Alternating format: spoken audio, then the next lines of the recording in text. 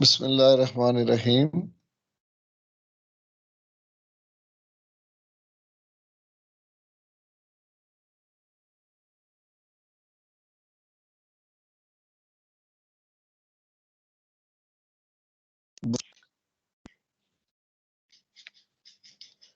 علم بیان کے بارے میں آپ کو معلوم ہونا چاہیے اور علم بدیع کے بارے میں۔ یہ دونوں چیزیں ایک بنیادی معلومات ہیں جس کی بنیاد پر پوری عمارت علم کی کھڑی ہوتی ہے۔ علم بیان وہ علم ہوتا ہے جس کے بغیر کلام مکمل نہیں ہوتا، جس کے بغیر بات مکمل نہیں ہوتی، جو دوسرے بندے تک ہماری بات کو پہنچاتا ہے کہ ہم کیا کہنا چاہ رہے ہیں۔ علم بیان وہ علم ہے جو ضروری ہے۔ علم بیان کے بارے میں مثال یہ دی جاتی ہے کہ جس طرح کوئی بندہ گھر بنائے تو اس گھر بنانے کے لیے جو ضروری چیزیں تب جا کر وہ گھر کہلائے گا کہ اس گھر کی دیواریں ہوں، اس گھر کا چھت ہو، دروازے ہوں، بنیادیں ہوں، وغیرہ وغیرہ۔ یعنی کہ اس کے بغیر کوئی چھت نہ ہو کسی کا، چاہے جتنی بھی دیواریں ہوں، کوئی نہیں کہہ سکتا یہ کہ یہ گھر ہے۔ چھت اگر پڑ جائے اور دیواریں نہ ہوں تو کوئی بھی نہیں کہے گا یہ گھر ہے۔ یعنی کہ جس طرح چھت کے لیے، گھر کے لیے چھت کا ہونا ضروری ہے، جس طرح گھر کے لیے دیواروں کا ہونا ضروری ہے، جس طرح گھر کے لیے دروازوں کا ہونا ضروری ہے، بالکل اسی طرح علم بیان اس علم کو کہتے ہیں جو کلام کے لیے ضروری ہے۔ اب اس میں کیا چیزیں ہیں؟ 4 چیزیں علم بیان میں شامل ہیں۔ تشبیہ ہے، استعارہ ہے، مجاز مرسل ہے اور کنایہ ہے۔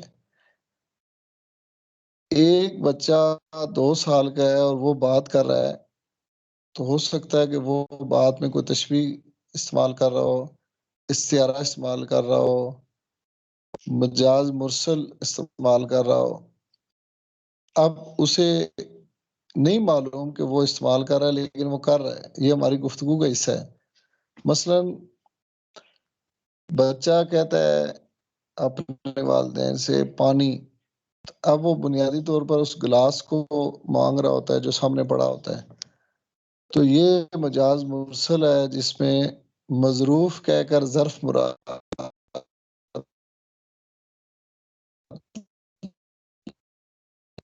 بچے کی گفتگو میں بھی یہ چیزیں شامل ہیں، چاہے بڑا آدمی ہو۔ یعنی ہم سب کی گفتگو میں چاہے کوئی پڑھا لکھا ہے یا نہیں ہے، چھوٹا ہے یا بڑا ہے، اس کی گفتگو میں علم بیان شامل ہوتا ہی ہوتا ہے۔ تو یہ بنیادی علم ہے۔ اب اس کا جاننا اور پہچاننا ضروری ہے کہ ہمیں پتہ چل سکے کہ یہ تشبیہ ہے، یہ استعارہ ہے، یہ مجاز مرسل ہے، یہ کنایہ ہے۔ آپ کے ابھی سلیبس میں چونکہ ریڈیوس سلیبس ہوا تو 2 چیزیں شامل ہیں، تشبیہ اور استعارہ کی۔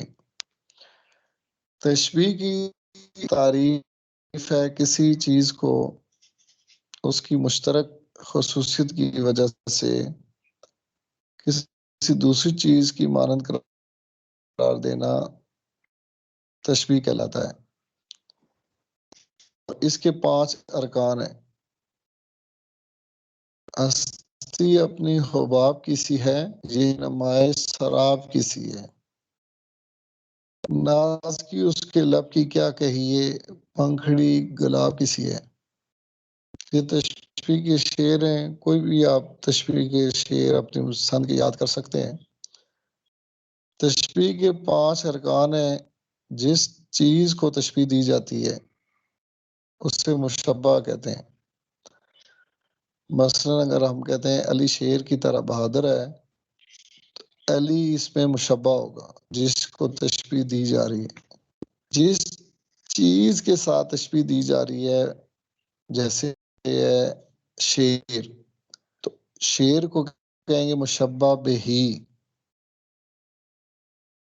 مشبہ بے بھی اس کو پڑھ سکتے ہیں، لیکن چونکہ عربی کا لفظ ہے تو ہے کھڑی زیر ہی اس میں موجود ہے۔ مشبہ بے ہی دو ہو گئے ارکان، اور ایک اس میں ہوتا ہے حرف تشبیہ، کی طرح، کی سی، جیسا، تو حرف تشبیہ اس کو کہتے ہیں۔ تین چیزیں تو بالکل واضح نظر آتی ہیں، غرض تشبیہ اور وجہ شبہ، یہ دو جو باقی رکن رہ گئے ہیں ان میں معمولی سا فرق ہے۔ وجہ جو ہے وہ اس کی بہادری ہو سکتی ہے، جیسے شیر بہادر ہے، اگر کسی کو آپ کہیں گے کہ وہ گیدڑ کی طرح بزدل ہے تو وہ اس کی بزدلی وجہ ہوگی۔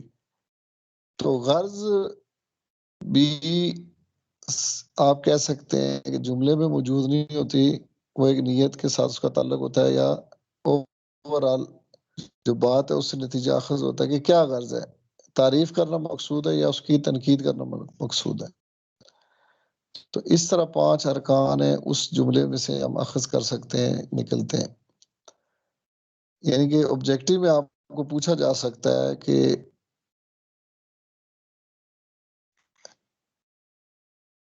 علی شیر کی طرح بہادر ہے، اگر لکھا ہو تو اس میں مشبہ بہی کون سا ہے؟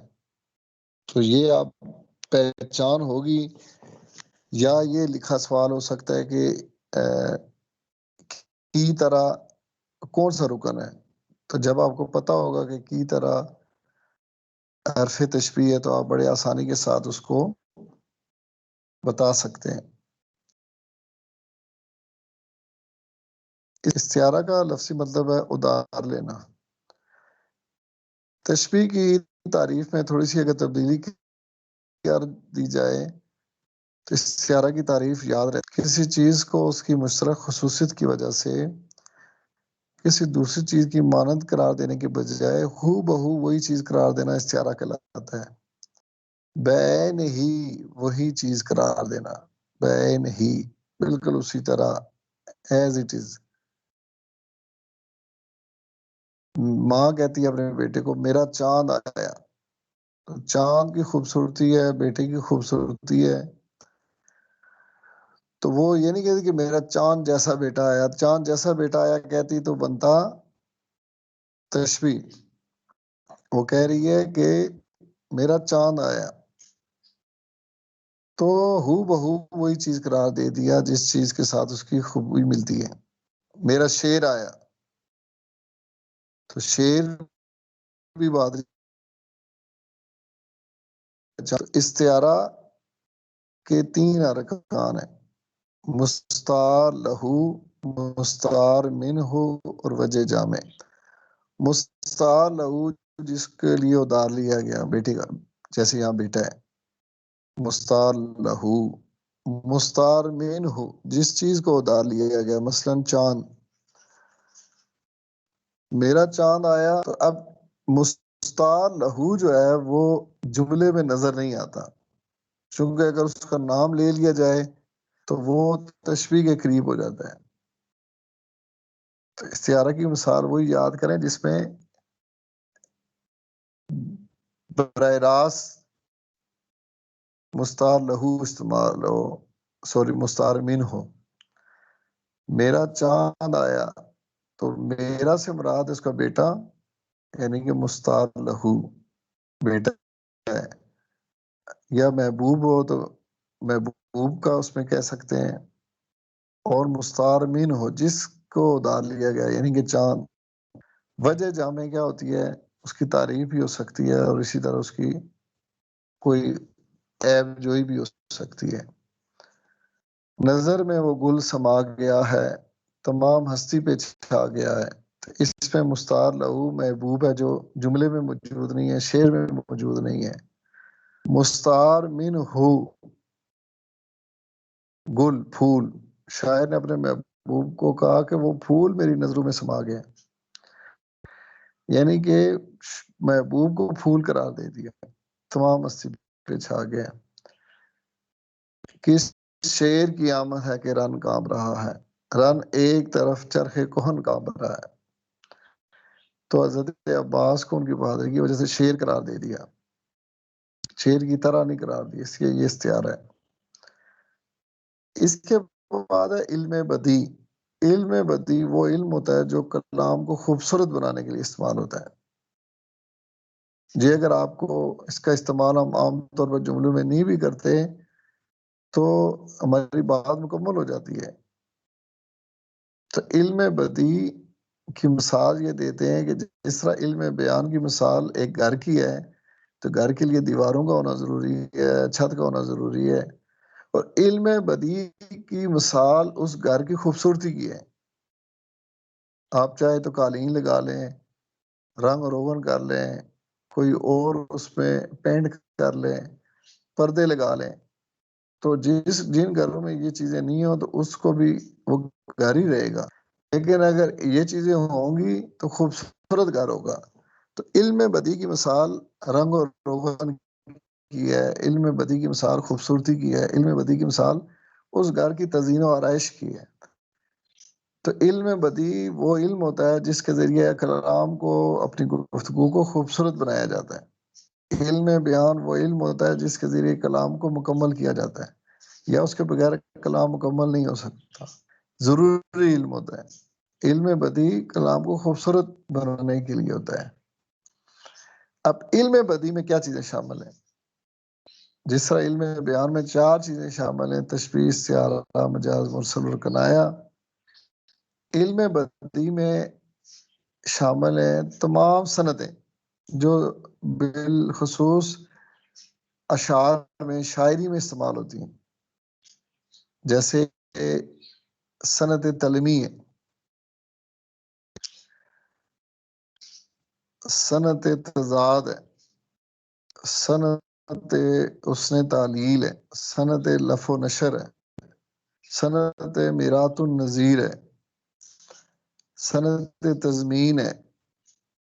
یعنی کہ جتنی بھی سندیں ہیں جن کو ثنائے بدائے بھی کہتے ہیں، سندوں کو ثنائے بدائے بھی کہتے ہیں.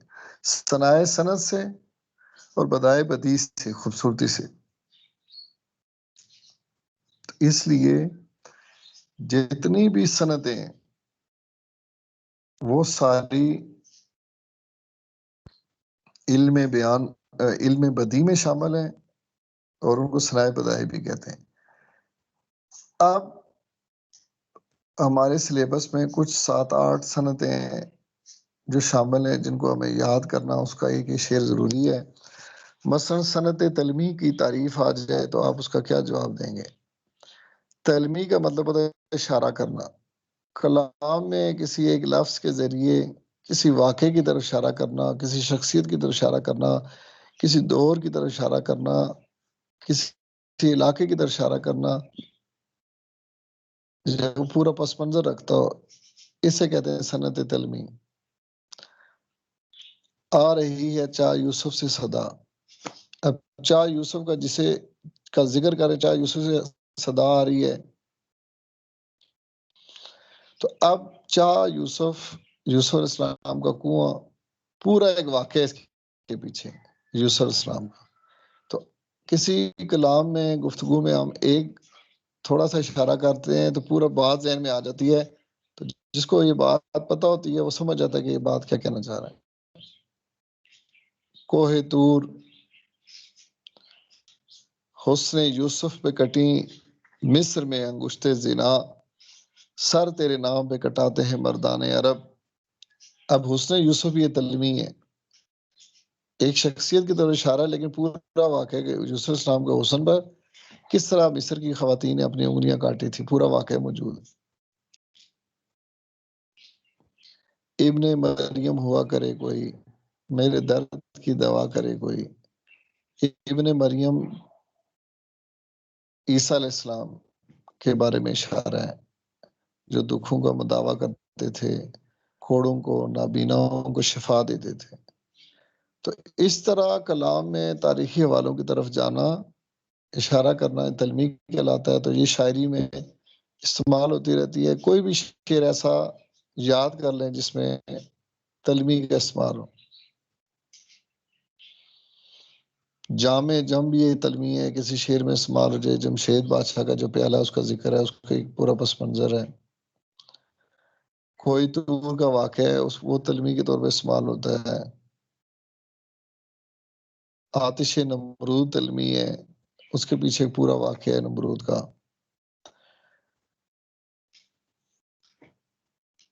تو جتنے بھی واقعات ہیں ان کی طرف اشارہ کرنا تلمی کہلاتا ہے، اور یہ کلام کو خوبصورت بناتا ہے.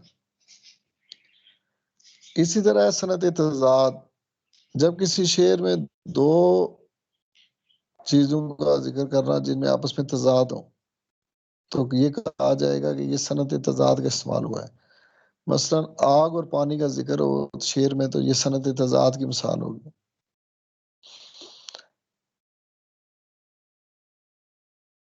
غمی ہے، خوشی ہے، رونا ہے غمی خوشی کا، ماتم ہے بہار زندگی کا. تو اس طرح متضاد چیزوں کا ذکر کرنا یہ صنعت تضاد کہلاتا ہے. ایسے ہے صنعت حسن تعلیل، کلام میں کسی چیز کی ایسی وجہ بیان کرنا جو حقیقت میں تو نہ ہو لیکن لگے کہ شاید ایسا بھی ہو یا ہو سکتا ہے یا ہوا ہوگا.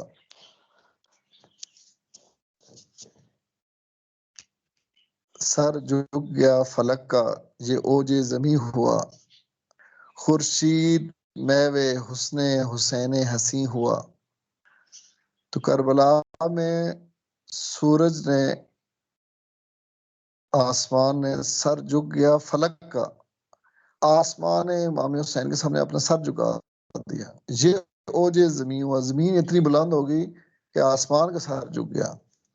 تو یہ مانوی اعتبار سے حقیقت میں تو اس طرح بظاہر نہیں ہوا، لیکن لگتا ہے کہ ان کی عظمت اتنی اس وقت عیاں ہو گئی تھی دنیا کے سامنے کہ زمین و آسمان یا آسمان اس سرزمین کربلا کے سامنے جھک گیا تھا. ایسی وجہ بیان کرنا جو حقیقت میں نہ ہو لیکن لگے کہ ایسا ہوا ہوگا، یہ اس نے تعلیل کہلاتا ہے. جیسے ایک اور شعر ہے آتش کا، زیر زمین سے آتا ہے جو گل سو زر بکف، قارون نے رستے میں لٹایا خزانہ کیا. زمین سے پیدا ہونے والے جتنے بھی پھول ہیں ان میں ایک زردی ہوتی ہے، سنہرا رنگ ہوتا ہے، ان کی بالیاں زرد ہوتی ہیں.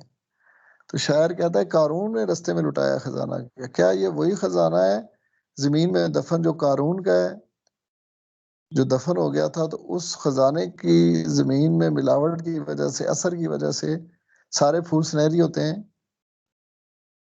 تو حقیقت میں ایسا تو نہیں ہے، لیکن ایک دم شاعر نے اس سنہری رنگ کو کی وجہ وہ بتا دیا، لیکن یہ وجہ نہیں ہے.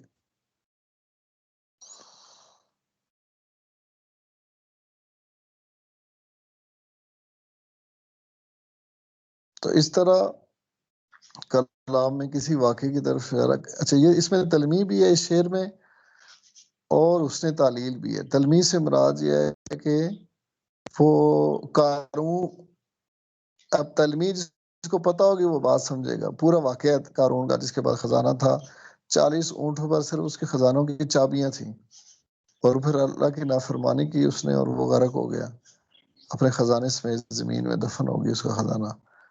تو تلمیح کی مثال بھی اس میں موجود ہے اور سند حسن تعلیل کی بھی.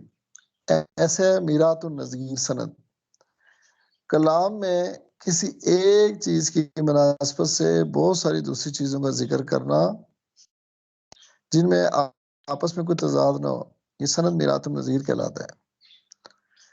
یعنی ایک ہی خاندان کی بہت ساری چیزوں کا ذکر کرنا ایک دوسرے سے ملتی جلتی ہوں. مثلا اسکول کا ذکر کریں گے، کتابوں کا ذکر کریں گے، ساتھ پڑھائی کا ذکر کریں گے، بلڈنگ کا ذکر کریں گے، تو یہ ایک ہی کیٹیگری ہو جائے گی. چھٹی کا تو جیسے ایک شعر ہے میر تقی میر کا، پتا پتا بوٹا بوٹا حال ہمارا جانے ہے، جانے نہ جانے گل ہی نہ جانے باغ تو سارا جانے.